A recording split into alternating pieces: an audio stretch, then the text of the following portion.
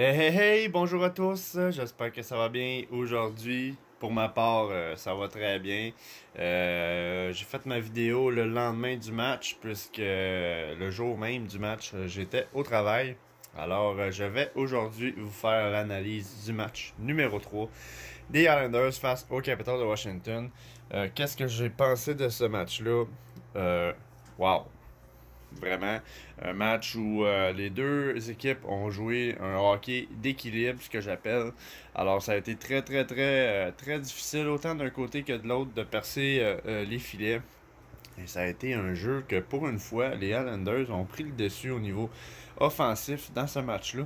Euh, Malgré le fait que la défensive des Islanders soit très fonctionnelle, les Islanders ont mis les bouchées doubles dans ce match-là pour démontrer aux Capitals que les Islanders étaient très capables autant de jouer physiquement qu'offensivement que défensivement, ce qui fait une équipe avec une facette complète.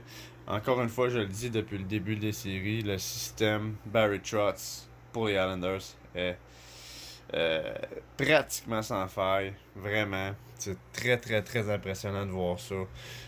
Surtout face à une équipe comme Washington avec beaucoup d'éléments, des joueurs vraiment très forts de l'autre côté à Washington.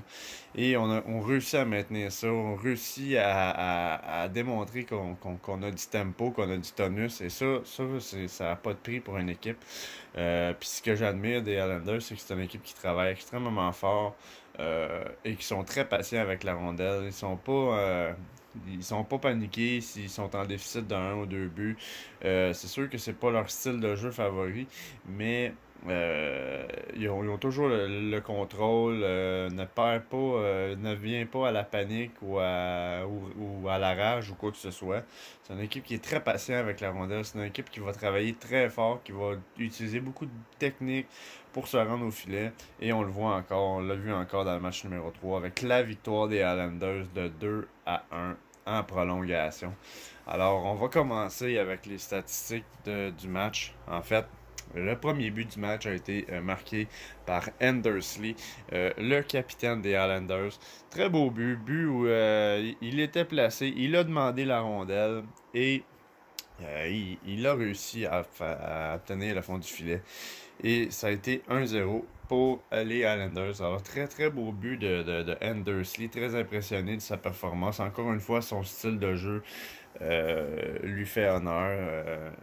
Andersley est un gros bonhomme capable d'aller chercher la rondelle en arrière du filet pour maintenir le jeu en zone adverse et se place toujours devant le filet en attendant la rondelle pour faire un but et ça a marché sur ce but-là. Ensuite de ça, punition des Islanders, 2 minutes qu'ils ont eu. Ça a permis à Kuznetsov de marquer un but pour Washington. Alors c'est 1-1. Et tout au long du match, ça a été comme ça. Les deux autres périodes, les deux autres périodes ensuite a suivi vraiment sur un jeu très offensif autant d'un côté que de l'autre, mais la défense, encore une fois, des Islanders très solide. Et ça nous amène à la période de prolongation. Et je dois vraiment donner un très gros crédit à Semyon Varlamov dans ce match-là. C'est grâce à Semyon Varlamov et à l'arrêt clé qu'il a fait sur Verada en breakaway, en prolongation, qui a permis aux Islanders, je pense, de remporter ce match-là.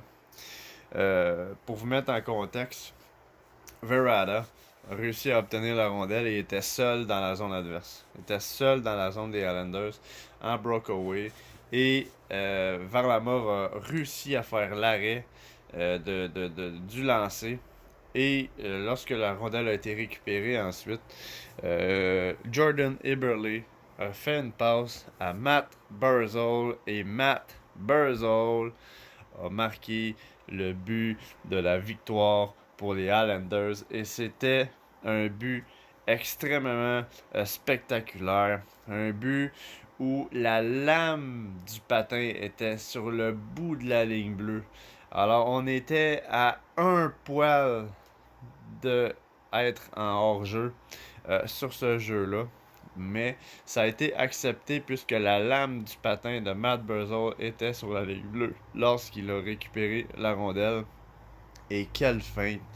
Le défenseur Carlson n'a absolument rien fait pour arrêter Barzal. Il l'a tout simplement laissé passer, à mon opinion. Et Brandon Oldby a également pas étiré son corps sur le côté comme il aurait dû le faire. Et c'est ce qui a fait en sorte que Matt Barzal a réussi à marquer un but spectaculaire qui, néanmoins, je trouve un de ses plus beaux buts en carrière.